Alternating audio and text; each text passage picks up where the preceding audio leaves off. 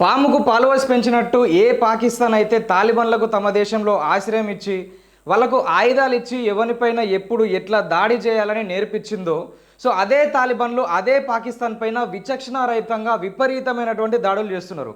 అంటే ఈ పాకిస్తాన్ వాళ్ళు మొన్న ఏదైతే చిన్నపిల్లలపైన ముసలి వాళ్ళపైన దాడులు చేసిరో సో దానికి ప్రతీకార్యంగా ప్రస్తుతం టీటీపీ తెహ్రీకే తాలిబాన్ పాకిస్తాన్ వాళ్ళు సో పాకిస్తాన్ పైన డ్రోన్ దాడులు అంటే వందల కొలది దాడులు అయితే చేస్తున్నారు.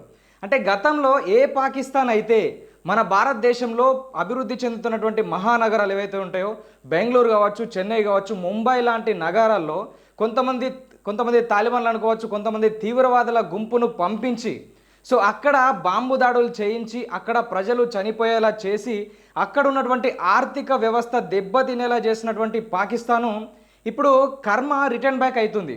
అంటే ఎక్కడైతే మిగతా దేశాల్లో దాడులు చేసిందో ఇప్పుడు అదే దాడులు అదే పాకిస్తాన్లో జరుగుతున్నాయి. అక్కడ ఉన్నటువంటి సాధారణ ప్రజలు చనిపోతున్నారు, అక్కడ ఉన్నటువంటి ప్రభుత్వ ఆస్తులు అయితే ధ్వంసమవుతున్నాయి. అంటే ఏదైతే పక్కన వాడు నాశనం కావాలి అనే కోరుకుంటాడో సో వాడే నాశనం అవుతాడు అనే సూక్తి అనేది ఇప్పుడు నిజమవుతుంది. అంటే ఇప్పుడు గతంలో ఏదైతే ఇదే ఆఫ్ఘనిస్తాన్లో అమెరికా వాళ్ళు ఉంటూ తాలిబాన్లపైన దాడులు చేస్తే సో చాలామంది తాలిబాన్లకు పాకిస్తాన్ ఆశ్రయం ఇచ్చింది. సో ఇప్పుడు 25 సంవత్సరాల తర్వాత అక్కడ ఉన్నటువంటి అమెరికా స్థావరాలు క్లియర్ అవుట్ చేసి వాళ్ళు వెళ్ళిపోతే సో తాలిబాను వాళ్ళ సొంత ప్రభుత్వాన్ని ఏర్పాటు చేసింది. సో ఇప్పుడు వీళ్ళు ఏమనుకున్నారు, తాలిబాన్లు నా మాటనే వింటారు, సో పాకిస్తాన్లో అటు ఆఫ్ఘనిస్తాన్లో నా మాటనే సాగుతుందని పాకిస్తాన్ చెందినటువంటి నాయకులు అనుకున్నారు. కానీ ఇప్పుడు ఏమవుతుంది, తాలిబాన్లు స్వతంత్రంగా బతకాలని చూస్తున్నారు. సో అందుకోసమని పాకిస్తాన్ వల్ల మాట వినట్లేదు.